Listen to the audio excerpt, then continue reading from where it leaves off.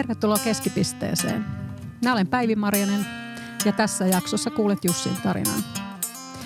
Jussi on turkulainen mies, joka sairastaa sepelvaltimotaudin lisäksi myös muutamaa muutakin loppuelämän tautia. Terve Jussi ja tervetuloa. Tervepä terve ja kiitos kutsusta. Mitä sulle kuuluu tänään? No ihan normaali talvipäivä. Junalla tulin Turusta tosiaan tänne Helsinkiin ja muutenkin käyn kyllä viikoittain Helsingissä Turusta käsin. En mä mikään alkuperäinen turkulainen olekaan, että joku 4-5 vuotta on nyt Turussa asunut ja Vantaalta lähtöisin kyllä sitten ihan. Ja sitten Turkuun. Miten sä Turkuun eksyt?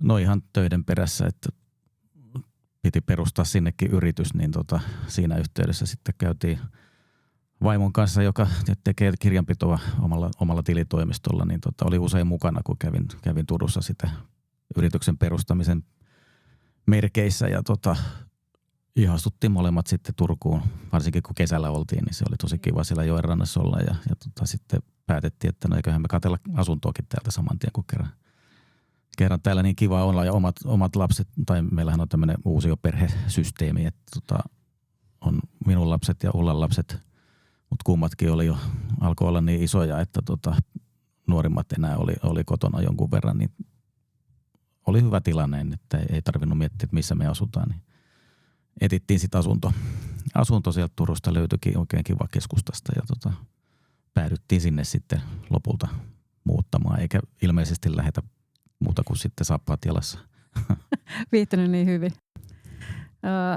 Minkälainen se sun arkipäivä? Kerro vähän sellaisesta normi-arkipäivästä. No sanotaan, että nyt on vähän erilainen normi-arki tällä hetkellä kuin mitä on ollut viimeiset vuodet. Että tuossa tosiaan yrityksen perustin 8 vuotta sitten suunnilleen silloin Helsinkiin aluksi ja sitten 5 vuotta sitten Turkuun tai on se 6 vuotta ollut se Turun toimistokin meillä, mutta nyt alkaa olla tilanne se, että tämä yritys on niin kuin loppusuoralla tai ainakin oma ura siinä yrityksessä on loppusuoralla, jotta alkaa uusia kuvioita kehitteleminen, että on niin kuin normiarki on sellaista vähän nyt, sanoisiko epämääräisempää tällä hetkellä, että pohdiskelua, että mitä sitä isompana vielä tekisi.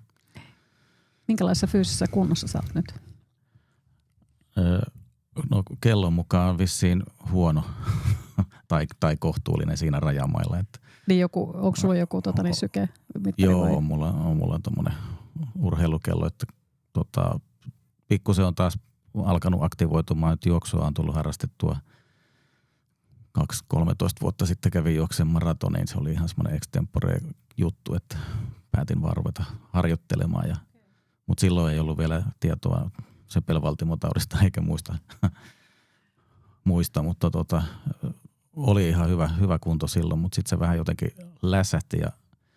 No ehkä eniten just voi sanoa, että silloin kun 2018 tuli toi sepelvaltimodiagnoosi, niin se kai vähän pelottikin, että tuli niin kuin jätettyä sitten semmoista kaikkein aktiivisinta urheilua sen takia vähän vähälle. Oliko se koko ikäis niin kuin urheilu? No voi sanoa sille kuntoilu. En mä mikään urheilullinen ole koskaan ollut, mutta että sitten kun rupeaa miettimään taaksepäin, niin ihan nuoresta tai pienestä pitäen aina veljien kanssa pelattiin milloin mitäkin ulkona ja sitten on pyöräillyt tosi paljon nuorena ja nuorena aikuisena ja sitten on ollut säännölliset vuorot, ollut sählyä ja tennistä ja sulkapalloa, niin kuin loppujen lopuksi aika paljon kyllä tullut liikuttua, mutta sitten se on jotenkin vähentynyt. Sulla on perhettä. Joo. Minkälainen perhe? Aikuisia lapsia ja... Joo, tällä hetkellä nyt asutaan vaimon kanssa kahdestaan. On toki koira, joka on tärkeä osa sitä perhettä. Mikä koira? Walesin Springer Spaniel, semmoinen luppakorva Spanielin. Ja kiva kapistus, mutta lapsia on itsellä 3 ja vaimolla 2 ja onpa nyt kerinyt tulla jo 4 lapsenlastakin itselle, että isommat lapsista on ollut ahkeria. Sepelvaltimotauti 2018. Mitä silloin tapahtui? Miten se huomattiin? No On ollut niinku sukurasite tiedossa toki pitkään, että isä kuoli 59-vuotiaana vähän ennen 60-vuotis päiviä kotona äkillisesti sydänkohtaukseen. Toki hänellä oli ollut jo aikaisemmin muutama kohtaus, kun mä olin ihan pieni, mutta mä olin silloin 18, kun isä kuoli ja siitä tulee jo kohta 40 vuotta siitäkin. Niin. Ja sun äidillä oli myös diagnoosi sepelvaltimotaudista. Joo, äitillä oli 80 hän oli, kun tehtiin ohitusleikkaus. Ja silloin lääkäri lupaili hänelle, että kyllä 10 vuotta ainakin vielä tällä porskutellaan. No meni siinä noin 11 tai melkein 12 vuotta, että äiti nyt menehtyi tuossa loppiaisena juuri. Mutta hän oli yli 90 sitten. Joo, kyllä. No, äitin elintavat oli kyllä sitten viimeisen päälle hyvät, mikä varmasti auttoi pitkään ikään verrattuna sitten vaikka tosiaan isän puolen sukuun, mutta että on se rasite tulee molemmilta puolilta. Ja sitten tietysti hoitomenetelmät ja kaikki on kehittynyt. Tietysti silloin, mikä vuosi se oli, kun isällä se oli se, sä oot ollut nuori silloin. Isä kuoli 87. Vähän toisenlaiset on nämä hoidotkin. 10 vuotta aikaisemmin tai 70-luvun puolivälissä suunnilleen oli sitten niitä aikaisempia kohtauksia hänellä. Mutta hoito oli ihan toisenlaista siihen aikaan. Hoito oli toista, ei ollut samanlaisia hoitoja ollenkaan, mutta paras hoito oli varmaan se, että isä lopetti tupakan polton siinä tai piipun polton siinä kohtaa.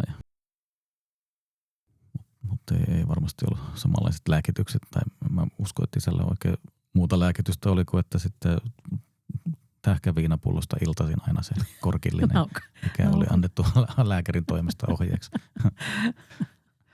Ei saattaisi tänä päivänä enää antaa lääkäriä. Ei se taida tulla sieltä enää, mutta kai se sinänsä toimii tuommoinen pieni. Niin. Se rasitus on ollut tiedossa ja on niinku verenpaineet on todettu jo aikaisemminkin korkeaksi ja on vissiin reilu 30 asti syönyt verenpainelääkettä jossain määrin.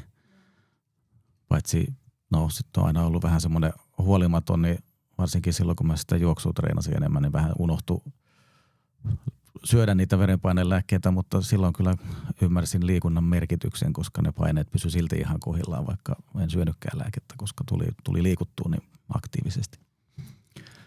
Mutta sitten 18 keväällä mun isoveli 55-vuotiaana kuoli ja hänellä todettiin sitten myöskin sepelvaltimotauti, niin kuin oli isälläkin ruumiin avauksessa todettu, niin veljellä myöskin. Ja toki tiesin, että myös isän veljet oli kuollut 50 huitteilla sydänkohtauksiin molemmat.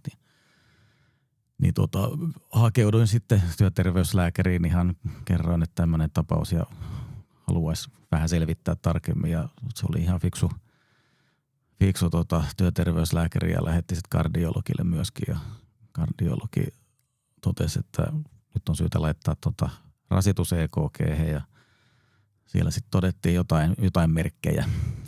No kyllä mä huomasin itsekin, että kun se vedettiin tappiin se rasituskoe, niin sen jälkeen piti pötkötellä ja hoitajat antoi nitrosuihketta suuhun, että jotain siellä oli tapahtumaa ja sitten kardiologi lähetti tonne lähetteen Meilahteen ja sitten siellä varjoainekuvauksissa kävin silloin 18 vuoden joskus elokuussa ja todettiin, että on tukkeumaa, mutta se oli vielä siinä vaiheessa, että ei tarvinnut pallolaajennuksia tehdä, mutta ne kyllä pohti siinä. Mä huomasin, kun pötköttelin siinä varjoainekuvauksessa, että siellä tehtiin vähän testejä ja päätöksiä ja sitten todettiin, että ei tarvii.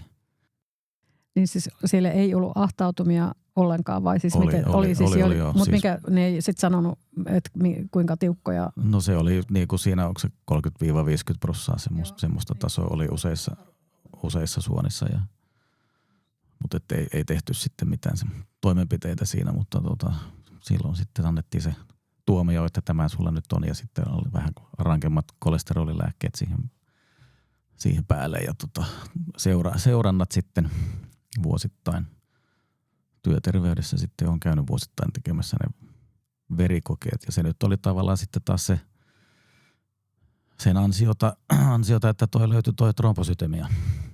Niin sitten samalla. Niin, se oli ihan normaali vuosittainen verikoetarkastus tuossa 23 keväällä, kun sitten työterveyslääkäri taas, oli kyllä vaihtunut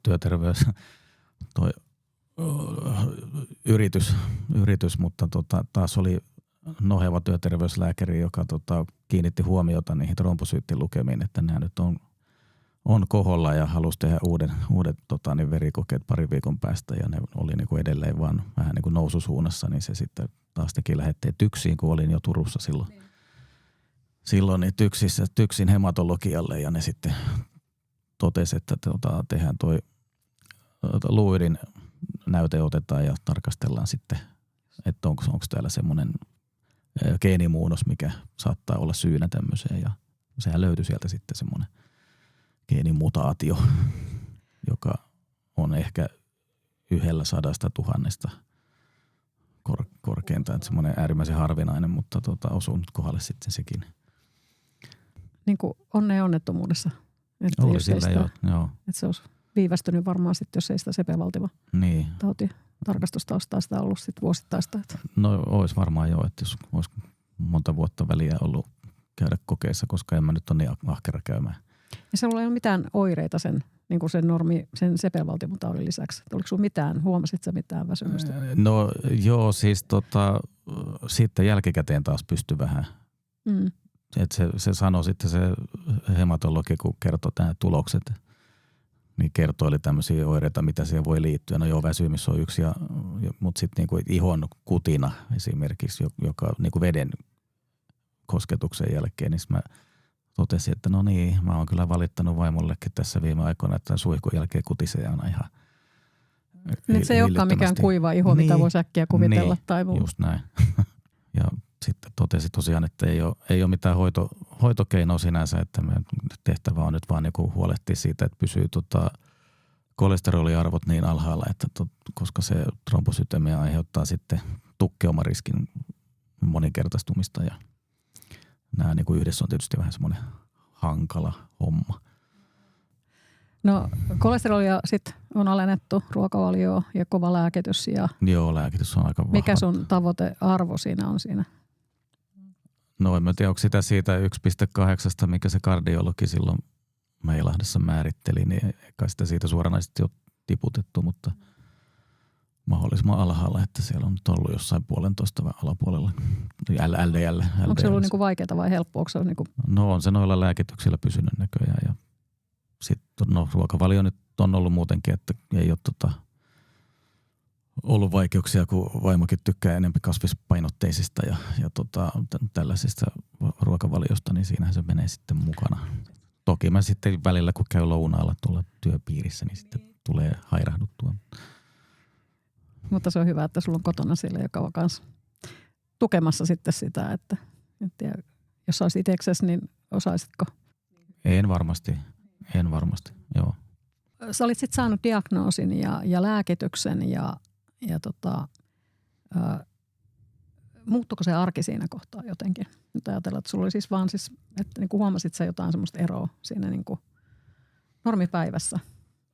Niin kuin sepelvaltimotaudin diagnoosi. Niin, ja sen niin. No joo, silloin sepelvaltimotaudin diagnoosi kun tuli ja oli tosiaan vielä velikin kuollut siinä justiin silloin keväällä, niin kyllähän se niin oli vähän semmoinen pelottava aika ja silloinkin oli semmoinen sporttihaaste yhden tuolta työmaailmasta yhteistyökumppanin järjestämä, mikä se oli aika kiva, että siellä oli aika kovia treenejä ja monipuolisia niin kuin lihaskuntoa ja kaiken näköistä tehtiin sitten niin kuin ammattimaisessa ohjauksessa.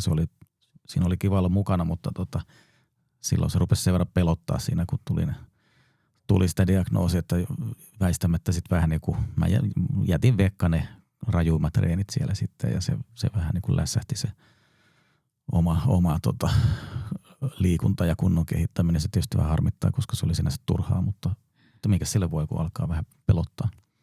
Oliko se lääkäri ohjeistanut mitenkään?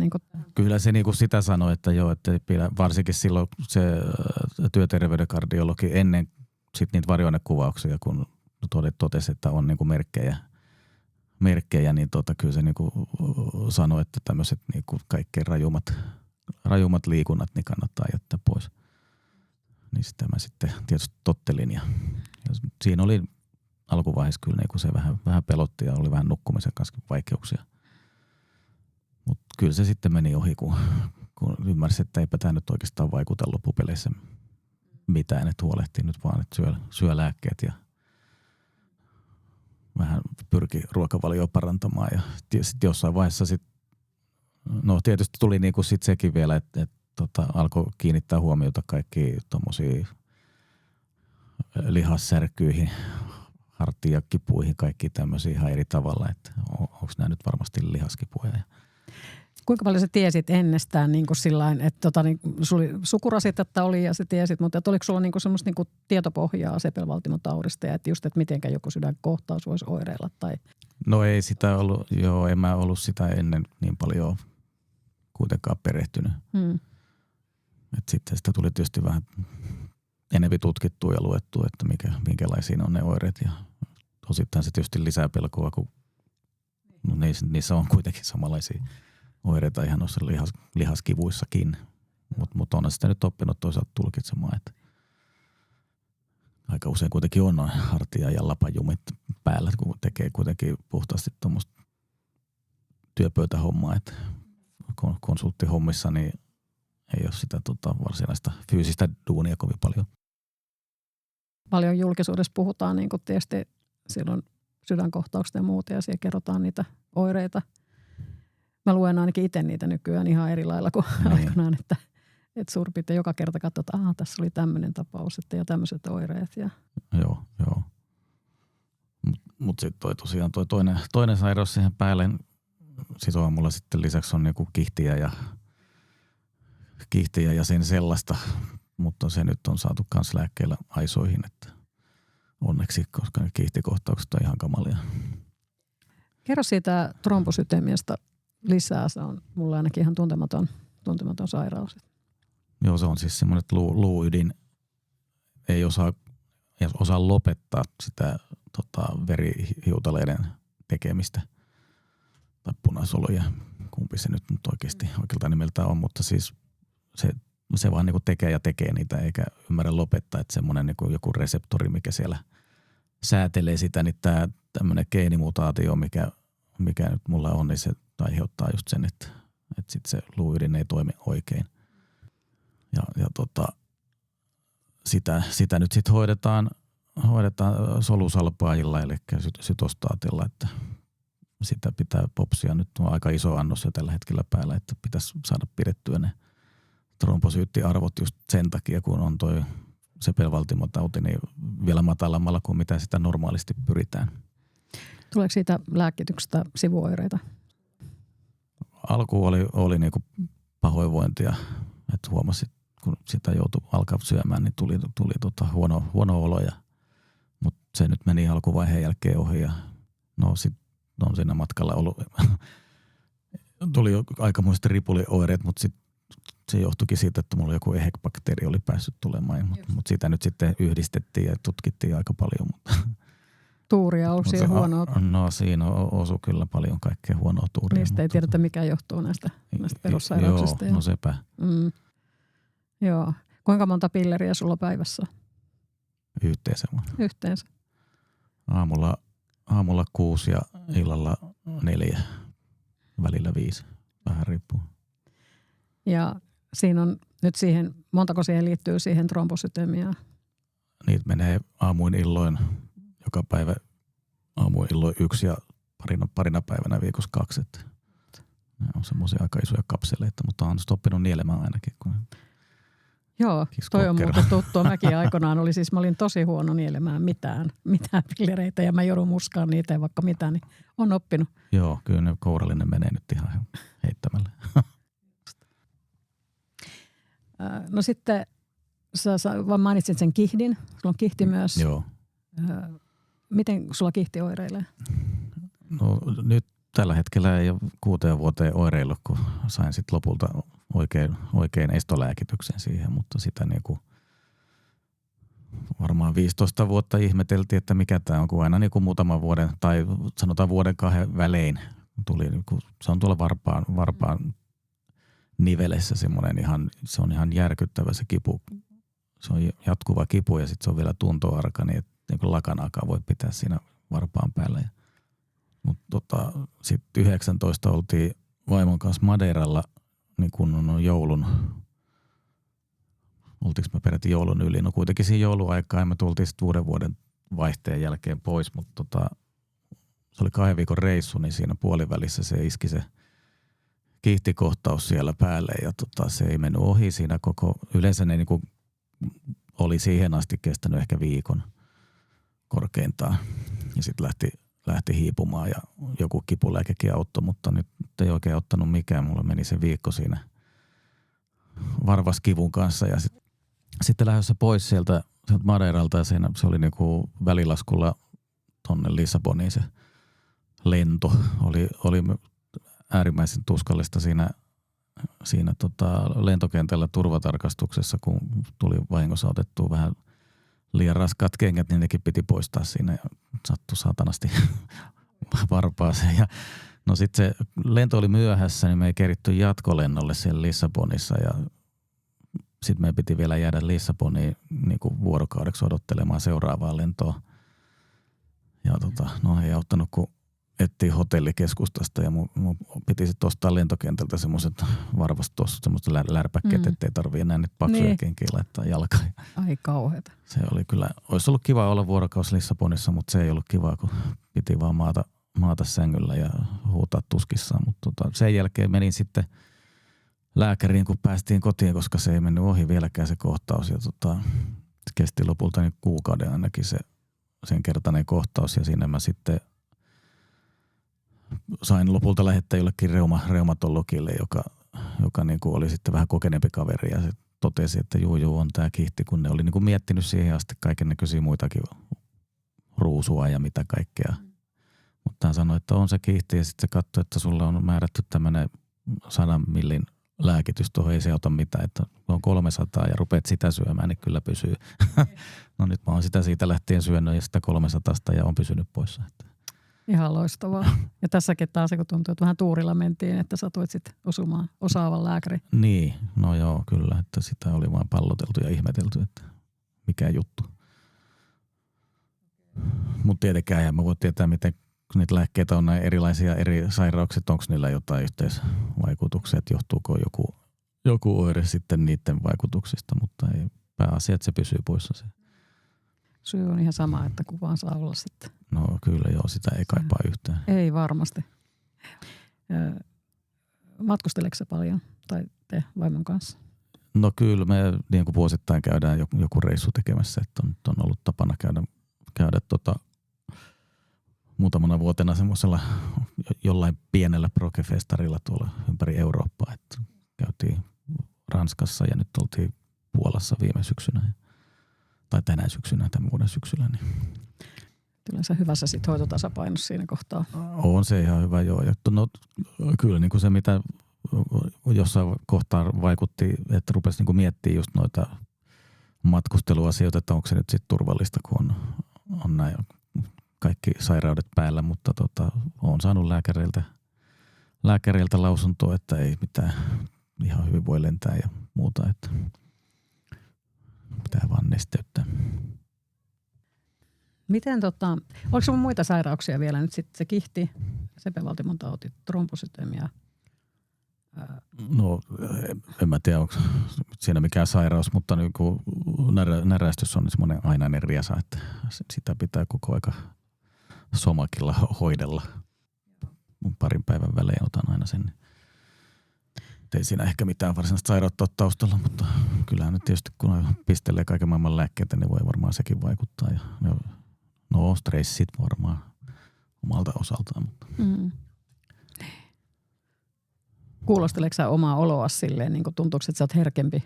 On joo, kyllä sitä herkempi on niin kuin, mitä sanotaan nyt 20 vuotta sitten. Niin, varmasti. Silloin ei tullut mieleenkään, että olisinko jotain. Et totta kai tosiaan silloin, kun oli aika nuori vielä, kun isä kuoli ja se tietoisuus siitä, että tämmöinen sukurasite on aika vahva, niin on sitä niin kuin siltä osin ajatellut jo aikaisemminkin ja ehkä kuulostellut vähän herkemmin, mutta nyt on ehkä pitänyt taas vähän opetella siihen, että ei sitä nyt tarvitse ihan koko aika myöskään kuulostella, että kaikki kolotukset ei johdu mistään muusta kuin siitä, että kun sitä ikää tulee, niin kolotuksiakin tulee. Onko sä huomannut, että ne sairaudet olisi muuttanut sun suhdetta vaimoon tai muihin läheisiin lapsiin tai muuten? Onko lapset enemmän huolissaan tai ylipäätään, vaikka ne onkin aikuisia, mutta onko sä huomannut mitään eroa? No ei ne nyt sitä ihan erityisesti ehkä näytä, mutta on toki, kyllä ne kyselee tietysti enemmän kuin muuten, että onko kaikki hyvin ja sillä lailla. Mutta ei ne niinku osoita mitään semmoista erityistä huolehtimista ja vaimokin lähinnä niinku on se sillä tavalla totta kai huolissaan, mutta siis se, että kannustaa ja lohduttelee lähinnä silloin, kun tulee niitä fiiliksiä. Ja on toki aina silleen tukena, kun joskus jos yöllä herää, että nyt kun tuntuu siltä, että on jotain pielessä, niin on aina sanonut, että herätät sitten, muistat herättää. Se on kyllä hyvä, että siinä on toinen kyllä vierellä siinä arjessa. On se tärkeää jo, että ei tarvitse kuitenkaan jäädä itsekseen sit miettimään silloin, kun tulee niitä hetkiä. Onko teillä muita yhteisiä harrastuksia kuin matkustelu?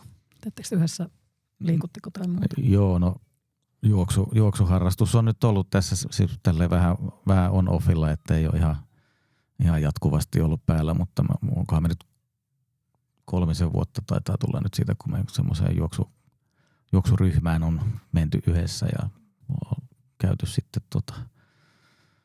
lenkeillä sen ryhmän kanssa ja sitten kahdestaankin nyt. Ja nyt aloitettiin itse asiassa viime maanantaina parisalsa-kurssi.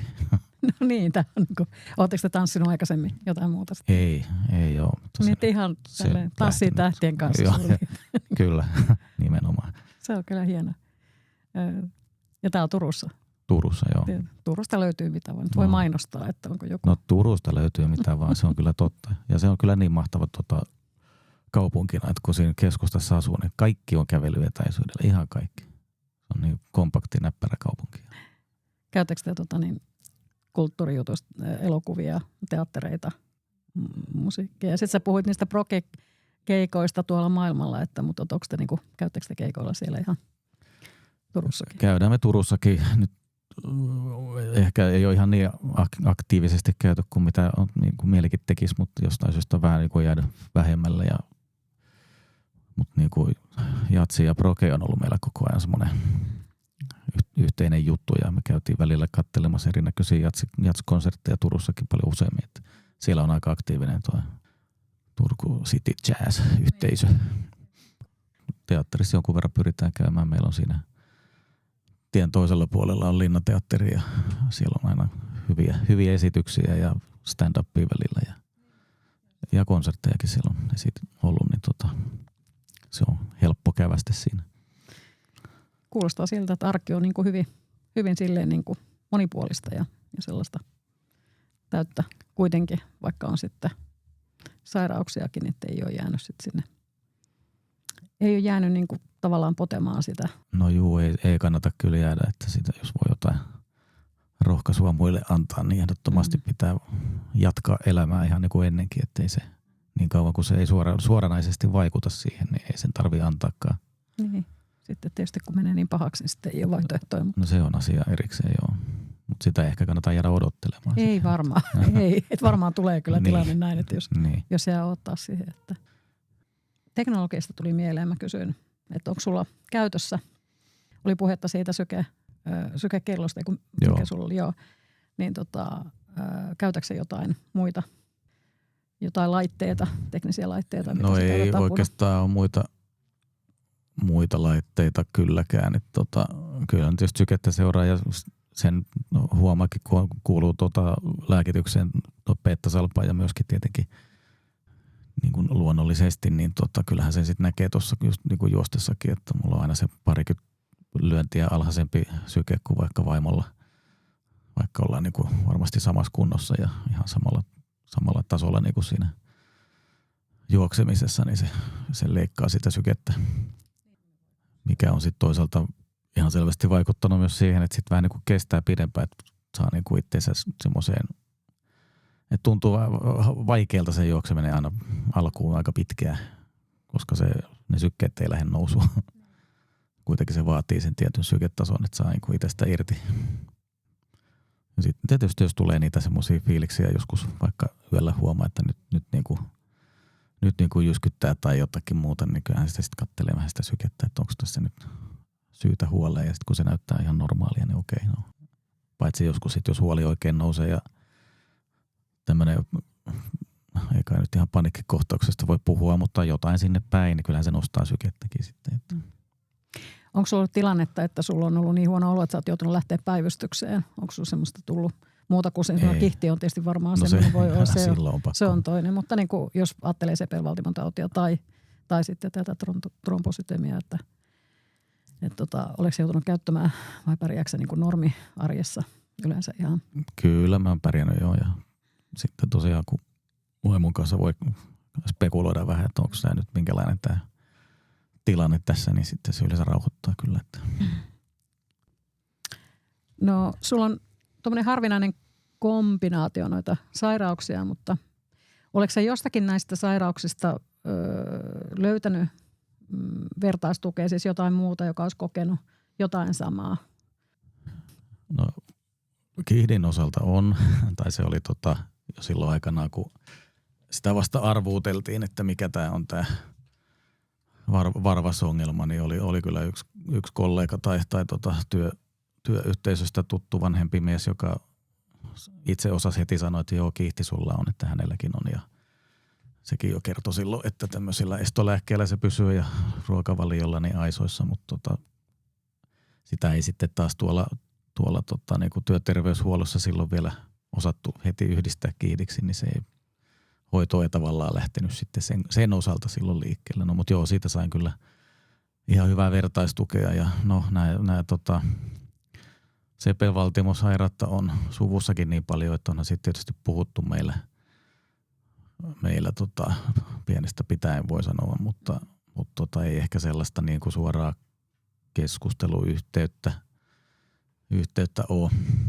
Säkin oot kohtuullisen nuori kuitenkin edelleen, eikä kun jos ajattelee sepelvaltimotauti, jos huomaa, että mä olen itse 2 vuotta sua vanhempi vasta, niin joo, siis se katkaisi ajatus, mutta siis sepelvaltimo niin tauti on tietysti mielletty usein niin kuin vanhempien ihmisten sairaudesta. Se niin kuin on vasta sitten siellä ehkä niin kuin eläkeiässä voisi sanoa. Ja säkin oot saanut sen diagnoosin kuitenkin niin kuin aikaisemmin jo. Niin sillä lailla niin kuin, just sen vertaistuen, että muistan aikoinaan, kun mä itse sain diagnoosin, niin mun ensimmäinen vertaistuki varsinainen oli 80-vuotias mies, jolla oli ihan samat kokemukset, josta oli tosi paljon apua, mutta niin tyystiin eri elämäntilanteessa oltiin, koska hän oli ollut jo pitkään eläkkeellä. Kyllä, ja onko tämä sama juttu monen muidenkin sairauden kanssa, niin kuin kihtikin on yleensä semmoinen eläkeläisten sairaus, ja mulla se nyt on sitten ollut kans jo 50 tai alle 50 todettuna, mutta selkeästi jo 40 lähtien ollut itse sairaus. Ja samoin myöskin tämä trombosytemia on semmoinen, että se on enemmän vanhojen ihmisten sairaus, ja siinähän on silleen määritelmätkin, että alle 60 ei yleensä sitä sytostaattihoitoa edes aloiteta, mutta koska mulla nyt on tämä sepelvaltimotauti, niin mä olin siellä riskiluokassa yläpäässä. Niin sen takia mulle sitten saman tien lähdettiin. Niin. Sitten sä mainitsit tuon vertaistukiryhmän siellä Facebookissa. Joo. Ja onko sä siellä päässyt juttelemaan jonkun kanssa tai muuta?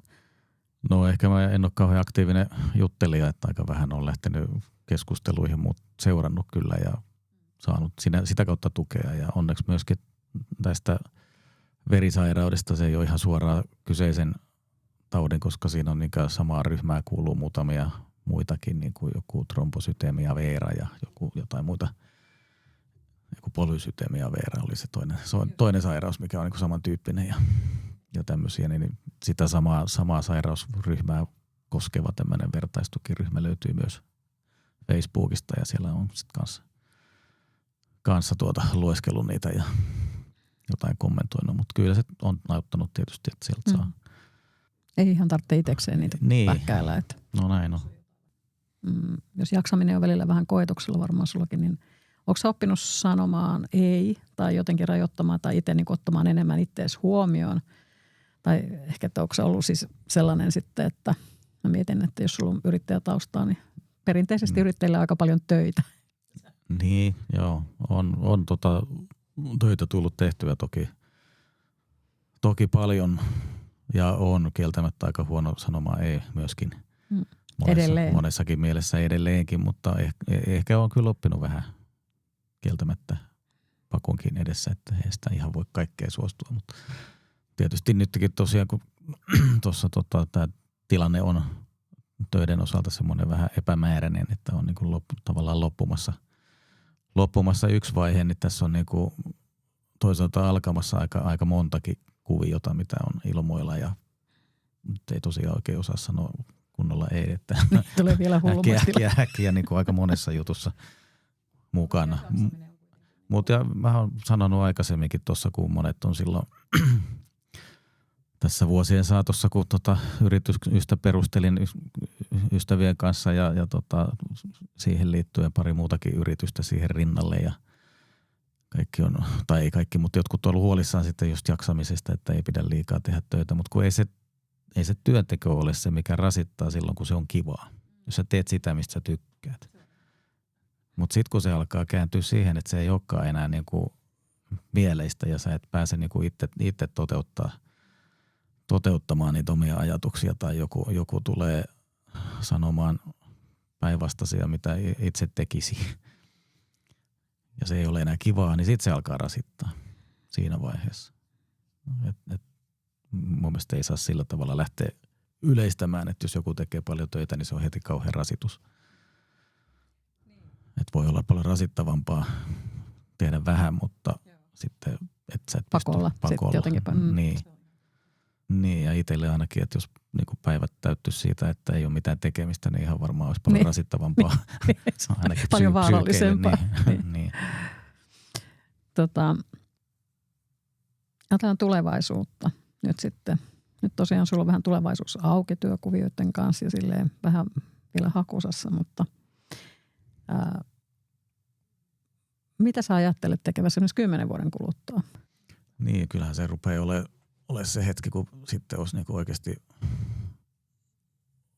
niinku ihan sallittua jäädä vähän eläkkeelle ja ruveta ihan miettimään vaan mitä tekee itse, mutta en mä tietysti ihan kokonaan sillä tavalla edelleenkään varmasti silloinkaan tekemättömänä pystyy olemaan, mutta ehkä sitten vähän enemmän vielä keskittyisi matkusteluun ja ehkä sitten voisi viettää vielä enemmän aikaa tuolla mökillä Turun saaristossa ja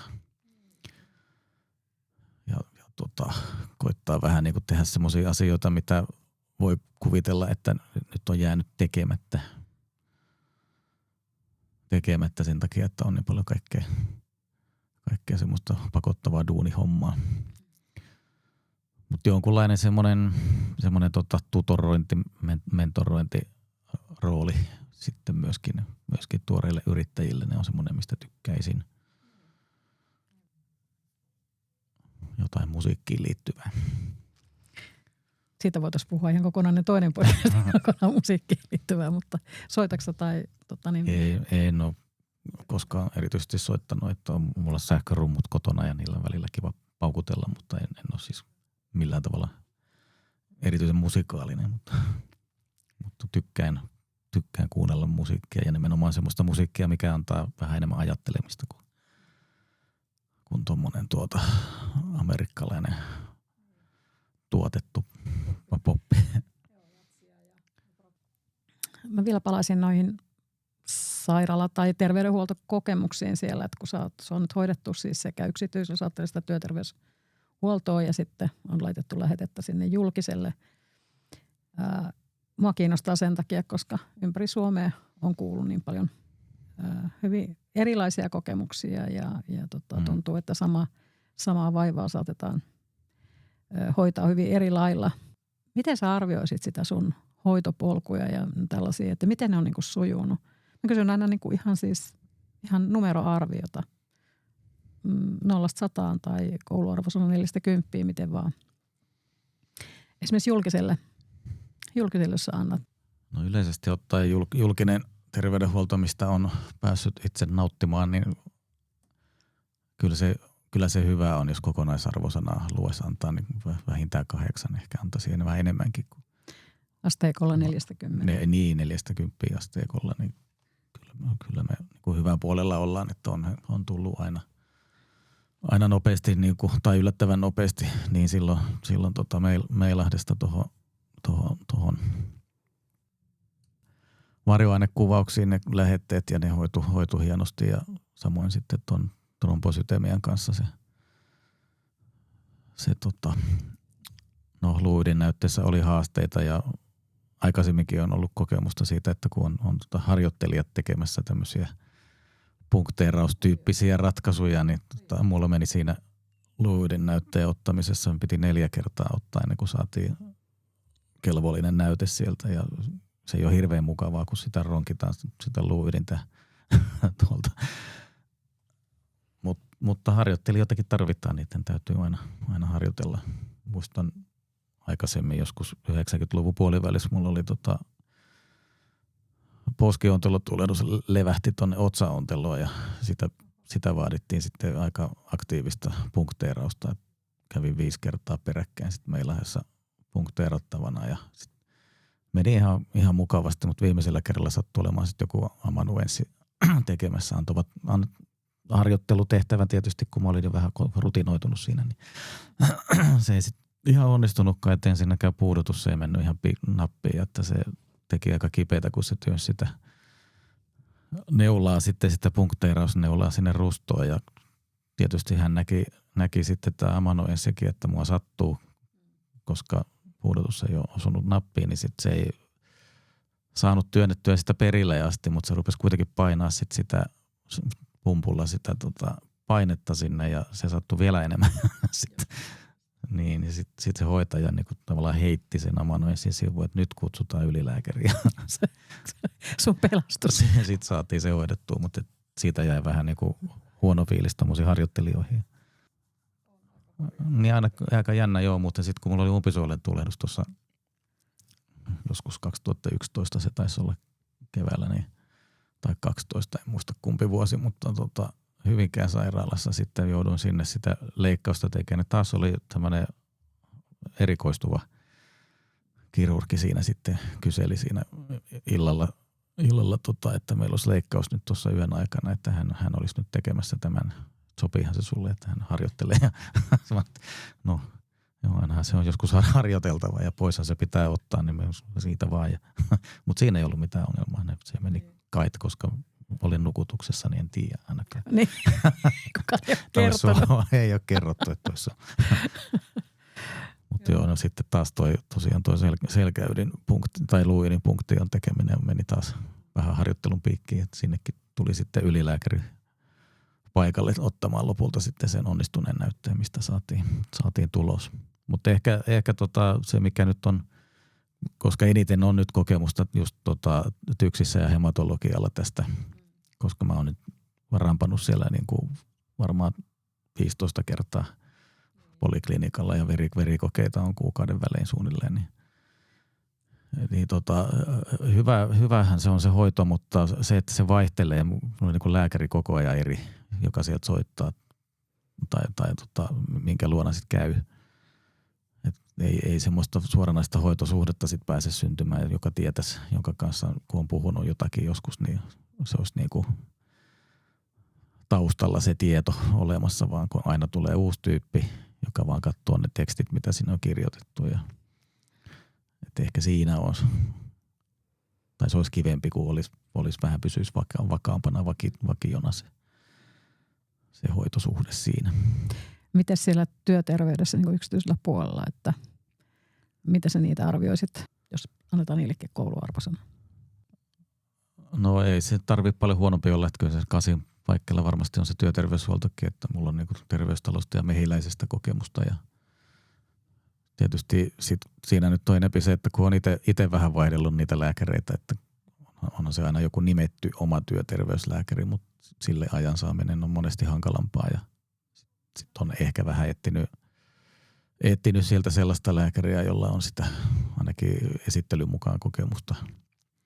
Ja sitten tietenkin kun on muuttanut pääkaupungista Turkuun, niin taas on vähän vaihtunut lääkärit ja sitten ollaan vielä yrityksessä vaihdettu tosiaan sitä palveluntarjoajaa kesken kaiken. Monta monessa. Monta monessa, että ei ole siitä tietenkään syntynyt sitten semmoista suhdetta, mutta kyllä nyt ihan hyvin on hoitunut ja niin kuin sanottua, niin onhan siellä heidän tai työterveyden ansiosta jo todettu sairaudet, että ei mulla ole varaa moittia meidän terveydenhuoltoa, ei yksityistä eikä julkistakaan. Minkälaisia terveisiä sä haluaisit laittaa ihmiselle, joka on saanut diagnoosin jostakin näistä sun niin kuin sairauksista? Että onko sulla jotain heille ohjeita tai opasteita, jotka epäilee, että heillekin voisi olla tai ovat saaneet jo diagnoosin? No joo, jos epäilee. Nämähän on molemmat sairaudet, tai itse asiassa kaikki tässä, mitä mulla on, niin oikeastaan semmoisia, että nehän ei välttämättä niin oireile mitenkään. Että ei aika vaikea niin lähteä epäilemään. Että ei mulla ainakaan ollut mitään mahdollisuutta epäillä trombosyteemiaa. No ei varmasti. ei se niinku muuta kuin sitten jälkikäteen pystyy tosiaan. Mutta ei tuollaista, että iho kutittaa, niin sitä nyt voi lähteä ensimmäisenä epäilemään, että tässä on nyt varmasti joku harvinainen verisairaus. Niin, aikaisemmin sanoitkin ainakin, että ei ainakaan kannata jäädä makaamaan sitten niin kuin miettimään ja odottamaan sitä, niin kuin, että jatkaa. Ei, siis se, että tosiaan jos ollaan siinä vaiheessa, että epäilee jotakin, niin sitten täytyy vaan lähteä selvittämään asiaa. Mulla oli tietysti se, että kun oli tuo sukurasite ja läheisten tai perheenjäsenten kuolemia nuorena sydänperäisiin tauteihin tai nimenomaan sepelvaltimotauti oli taustalla, niin totta kai sitten kannattaa tutkituttaa ja ottaa vakavasti se asia, jos haluaa hoitaa sitä. Et varmaan yksi syy, että veli kuoli niin nuorena oli se, että se oli vähän sitten ehkä hälläväliä tai oli antanut itselleen periksi, että okei, tämä on sukurasite ja mulla on se ja sillä hyvä. Että mitä siitä, että kuolema tulee kuitenkin tyyppinen. Mutta itse ajattelin, että ei mulla ole vielä aikomusta tässä ruveta kuolemaa odottelemaan, niin lähtee sitten selvittämään niitä, jos epäilee. Ja sitten kun se diagnoosi on tullut, niin sittenhän voi olla huokasta helpotuksesta hyvä. Nyt mä tiedän mitä mulla on ja nyt on lääkkeet ja otetaan ne vakavasti ja pidetään itsestä huolta, mutta ei kannata kyllä jäädä sen kanssa sitten niin kuin odottelemaan taaskaan sitä kuolemaa, että kohta se sieltä tulee, vaan elää sitä elämää, kun se on kerran olemassa. Miten onko sun vaikuttunut identiteettiin nämä sairaudet? Koetko sä niin kuin olevas sydänsairas vai koetko sä olevas ihan niin kuin aina ennen niitä diagnooseja? Että onko sä ottanut siitä sellaisen jotenkin sairaan identiteetin, voiko sitä sanoa edes silleen? No hyvä kysymys. Hyvä kysymys. Joskus vähän ehkä sivusta liipannut sitä itsekin ajatuksissaan, että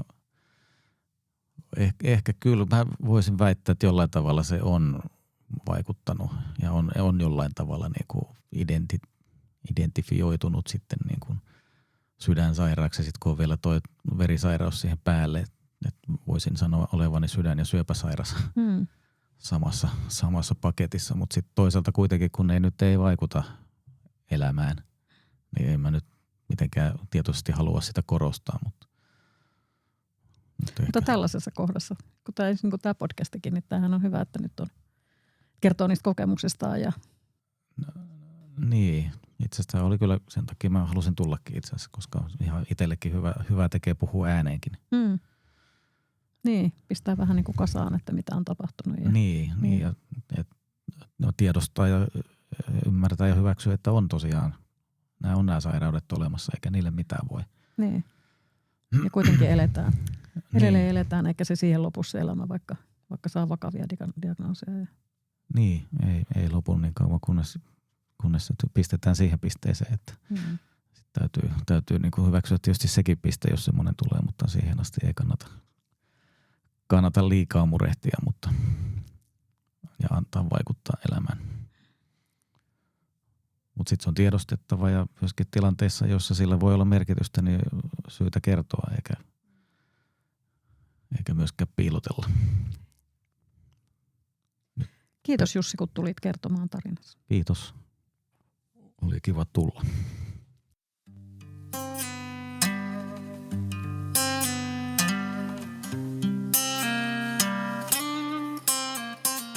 Jos tämä jakso herätti sinussa ajatuksia tai tunnistit itsesi oireista, kuuntele Kehoasia ja hae apua ajoissa.